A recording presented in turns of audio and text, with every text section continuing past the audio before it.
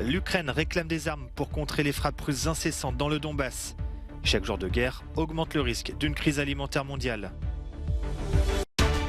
À Shanghai, la stratégie zéro Covid exaspère la population soumise à un confinement strict depuis maintenant 2 mois. Les supporters du Real Madrid ont célébré la victoire de leur équipe en finale de la Ligue des Champions au Stade de France face à Liverpool. Immense déception pour les fans des Reds. Le Suédois Ruben Östlund rafle sa 2e palme d'or avec son film Sans filtre, une satire des super riches et des excès du capitalisme. L'Est de l'Ukraine continue d'être pilonné sans relâche par les forces russes qui ont fait de la conquête du Donbass une priorité. En difficulté, l'armée ukrainienne réclame des armes, et notamment des MLRS, des systèmes mobiles de roquettes à lancement multiples avancés de fabrication américaine. Ces roquettes seraient capables de frapper les positions de tir, les bases militaires, les pistes d'atterrissage et les lignes d'approvisionnement russes à une distance allant jusqu'à 300 km. Chaque jour, nous travaillons au renforcement de notre défense, a déclaré le président ukrainien Volodymyr Zelensky. Il s'agit principalement de la fourniture d'armes.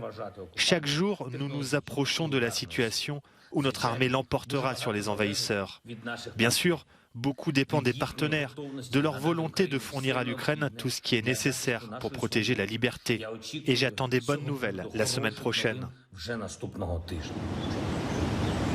Au nord du pays, comme ici près de Kharkiv, les champs sont jonchés d'obus non explosés, les équipements agricoles et les entrepôts en grande partie détruits.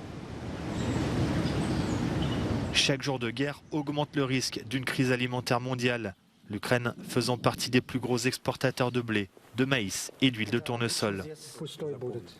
À cause du blocus russe des ports, bon nombre d'agriculteurs n'ont pu exporter leurs céréales.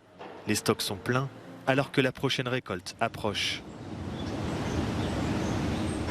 Malgré cela, un navire de l'ONG espagnole Open Arms, transportant 24 tonnes de nourriture, a pu accoster dans la ville d'Ismaïl, au sud du pays. Le port de Mariupol a quant à lui repris ses activités samedi matin, après que les forces russes ont déclaré avoir fini de déminer les eaux au large de la ville. Face à la crise alimentaire qui menace le monde, Moscou réagit enfin. Le président russe Vladimir Poutine s'est entretenu samedi au téléphone avec son homologue français et allemand sur la reprise de l'exportation de céréales depuis l'Ukraine. Selon un communiqué du Kremlin, le président russe aurait également confirmé que Moscou restait ouvert à une reprise du dialogue avec Kiev pour régler le conflit armé. Les négociations de paix avec l'Ukraine sont au point mort depuis mars.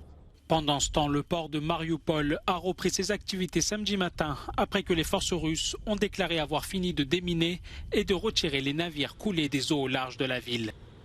Les navires de la base navale de Novorossiysk ont permis le passage en toute sécurité d'un navire marchand vers le port de Mariupol. Actuellement, le chargement a commencé. Mais selon la marine ukrainienne, les navires russes continuent de bloquer la libre circulation des bateaux civils en mer Noire et en mer d'Azov. La seule chose dont nous avons besoin, c'est d'ouvrir les ports de la mer Noire et de virer les Russes pour que nous puissions continuer notre travail ici. Par rapport à la mer, le transport par route ou par voie ferroviaire n'est qu'une goutte d'eau dans l'océan. Vous savez, les ports de la mer Noire permettent d'exporter 80 à 90% des céréales de l'Ukraine. Avant la guerre, l'Ukraine était le 4e exportateur mondial de blé derrière la Russie, les États-Unis et le Canada. À elle seule, l'Ukraine exportait 12% du blé au niveau mondial. Voilà 2 mois que la ville de Shanghai est soumise à un confinement strict pour tenter de contenir la propagation du Covid-19. D'après les autorités, un retour à la normale est prévu en juin, mais dans certains quartiers, des habitants demandent de pouvoir sortir. Cette décision relève des comités de quartier, ces autorités locales que Pékin a missionnées pour gérer les déplacements des citoyens, ce qui donne lieu à certains échanges tendus. Ici, des résidents échangent avec leur comité de quartier en affirmant que les informations à la télévision avaient annoncé une réouverture. Non, répond le représentant local. En réalité, des zones de prudence ont été définies à Shanghai, c'est-à-dire là où le Covid ne circule quasiment plus et où les citoyens sont théoriquement censés avoir le droit de sortir. Mais dans les faits, les comités de quartier rechignent à accorder des laissez-passer de peur que l'épidémie ne reprenne, car un seul cas suffirait à refermer tout un quartier pendant 2 semaines. Une stratégie zéro Covid qui exaspère la population de Shanghai.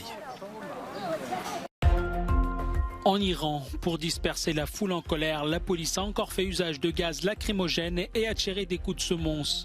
Lundi, un immeuble en construction à Abadan, dans le sud-ouest du pays, s'était partiellement écroulé au cœur d'une rue très fréquentée. L'accident avait provoqué la mort de 28 personnes. Depuis, des manifestations ont lieu pour réclamer des poursuites à l'encontre des responsables.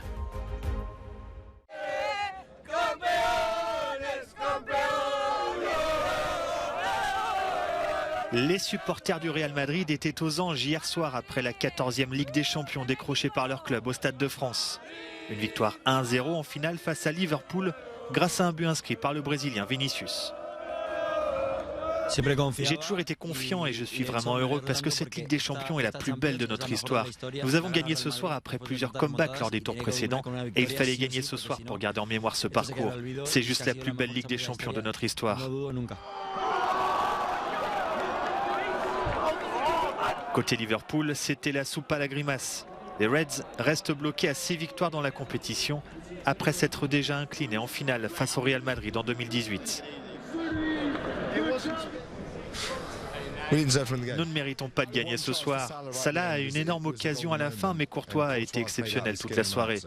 Nous avons tiré 24 fois.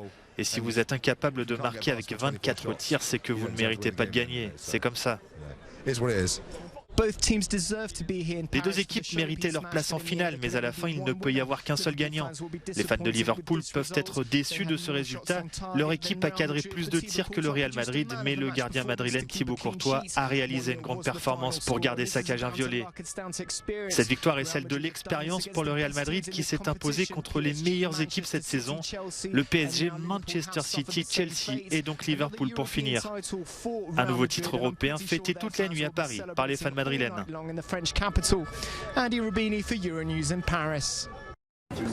Au Festival de Cannes, l'acteur sud-coréen Song Kang-ho, révélé dans le film Parasite, a remporté le prix d'interprétation masculine pour les bonnes étoiles du réalisateur japonais Koreeda.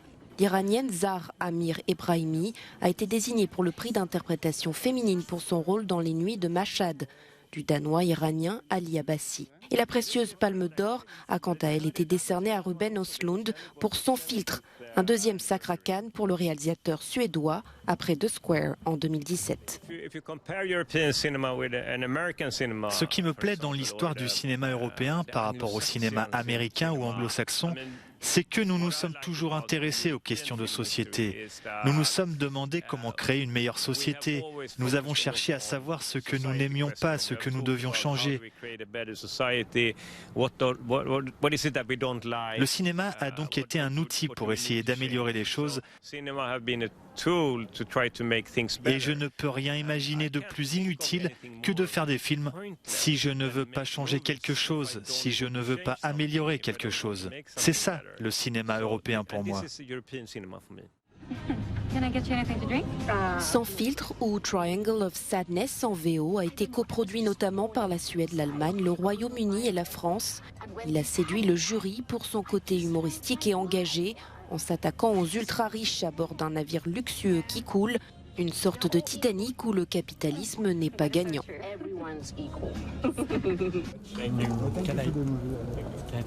Le Festival de Cannes a fêté en beauté son 75e anniversaire, célébrant le grand retour du cinéma dans les salles avec des films venus du monde entier. Mais c'est bien l'Europe et le cinéma européen qui sont les grands vainqueurs de cette édition 2022, avec la seconde Palme d'Or pour Ruben Östlund et son Triangle of Sadness. 2 grands prix du jury ex aequo également pour des films européens. Close du jeune belge Lucas Dont, ainsi que pour la réalisatrice chevronnée française Claire Denis pour son film Stars at Noon.